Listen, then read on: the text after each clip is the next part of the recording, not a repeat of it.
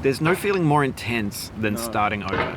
If you deleted your homework the day before it was due, as I have, or if you left your wallet at home and you have to go back after spending an hour in the commute. If you won some money at the casino and then put all your winnings on red but it came up black. If you got your best shirt dry cleaned before a wedding and then immediately dropped food on it.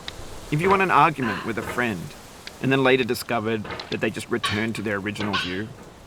Starting over is harder than starting up.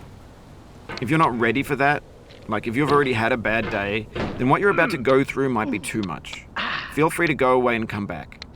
I'll be here. Alright, thanks for coming with me on this trip. I'll understand if you have to take a break at any point. Just find a safe place to stop and quit the game. And don't worry, I'll save your progress, always, even your mistakes. This game is a homage to a free game that came out in 2002, titled Sexy Hiking. The author of that game was Jazzuo, a mysterious Czech designer who was known at the time as the father of B games. And B games are rough assemblages of found objects. Designers slap them together very quickly and freely, and they're often too rough and unfriendly to gain much of a following. They're built more for the joy of building them than as polished products. In a certain way, Sexy Hiking is the perfect embodiment of a B game. It's built almost entirely out of found and recycled parts, and it's one of the most unusual and unfriendly games of its time. In it, your task is simply to drag yourself up a mountain with a hammer. And that act of climbing, in the digital world or in real life, has certain essential properties that give the game its flavor. No amount of forward progress is guaranteed. Some cliffs are too sheer or too slippery. And the player is constantly, unremittingly in danger of falling and losing everything. Anyway, when you start Sexy Hiking, you're standing next to this dead tree that blocks the way to the entire rest of the game. It might take you an hour to get over that tree, and a lot of people never got past it. You prod and you poke at it, exploring the limits of your reach and your strength, trying to find a way up and over. And there's a sense of truth in that lack of compromise. Most obstacles in video game worlds are fake. You can be completely confident in your ability to get through them once you have the correct method or the correct equipment or just by spending enough time.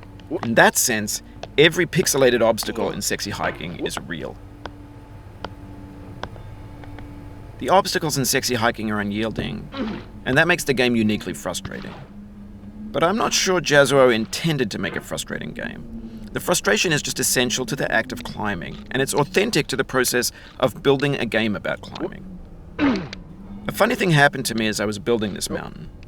I'd have an idea for a new obstacle, and I'd build it, test it, and it would usually turn out to be unreasonably hard. But I couldn't bring myself to make it easier. It already felt like my inability to get past the new obstacle was my fault, as a player rather than as a builder.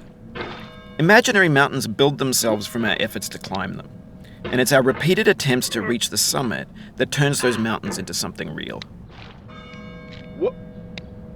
When you're building a video game world, you're building with ideas, and that can be like working with quickset cement. You mold your ideas into a certain shape that can be played with, and in the process of playing with them, they begin to harden and set until they're immutable, like rock. And at that point, you can't change the world. Not without breaking it into pieces and starting fresh with new ideas. For years now, people have been predicting that games would soon be made out of prefabricated objects, bought in a store and assembled into a world. And for the most part, that hasn't happened, because the objects in the stores are trash. I don't mean they look bad or that they're badly made, although a lot of them are. I mean they're trash in the way that food becomes trash as soon as you put it in the sink. Things are made to be consumed and used in a certain context, and once the moment is gone, they transform into garbage. In the context of technology, those moments pass by in seconds. Over time, we've poured more and more refuse into this vast digital landfill that we call the internet. It now vastly outnumbers and outweighs the things that are fresh and untainted and unused. When everything around us is cultural trash, trash becomes the new medium, the lingua franca of the digital age. And you can build culture out of trash, but only trash culture. B games, B movies, B music, B philosophy. Maybe this is what digital culture is. A monstrous mountain of trash, the ash heap of creativity's fountain. A landfill with everything we ever thought of in it. Grand, infinite, and unsorted. There's 3D models of breakfast, Gen X's fanfic novels, Scan magazines, green screen Shia LaBeouf, banned snuff scenes on LiveLeak. Facebook's got lifelike bots with unbranded adverts and candid shots of Kanye and Taylor Swift mashups, car crash epic failed GIFs, Russian dashcam vids, discussions of McRibs, discarded, forgotten, unrecycled, muddled, rotten, untitled. Everything's fresh for about 6 seconds, until some newer thing beckons, and we hit refresh. And there's years of persevering, disappearing into the pile, out of style, out of sight. In this context, it's tempting to make friendly content that's gentle, that lets you churn through it but not earn it. Why make something demanding if it just gets piled up in the landfill, filed in with the bland things? When games were new, they wanted a lot from you. Daunting you, taunting you, resetting and delaying you. Players played stoically. Now everyone's turned off by that. They want to burn through it quickly, a quick fix for the fickle, some tricks for the clicks of the feckless. But that's not you, you're an acrobat. You could swallow a baseball bat. Now I know, most likely you're watching this on YouTube or Twitch, while some dude with 10 million views does it for you, like a baby bird being fed chewed up food.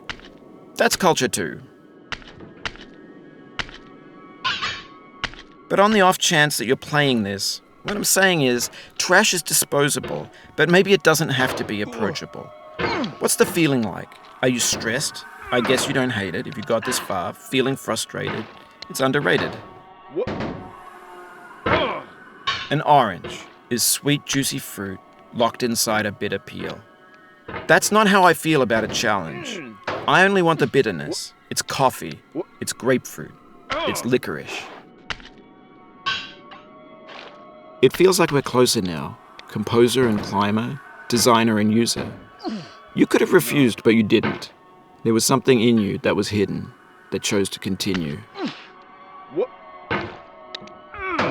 It means a lot to me that you've come this far, endured this much.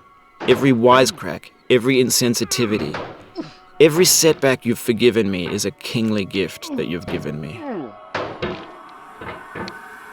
We have the same taste, you and I. It's not ambition, it's ambition's opposite. An obdurate mission to taste defeat. You'll feel bad if you win, so I put this snake in for you. Have you thought about who you are in this? Are you the man in the pot, Diogenes? Are you his hand? Are you the top of his hammer? I think not. Where your hand moves, the hammer may not follow, nor the man, nor the man's hand.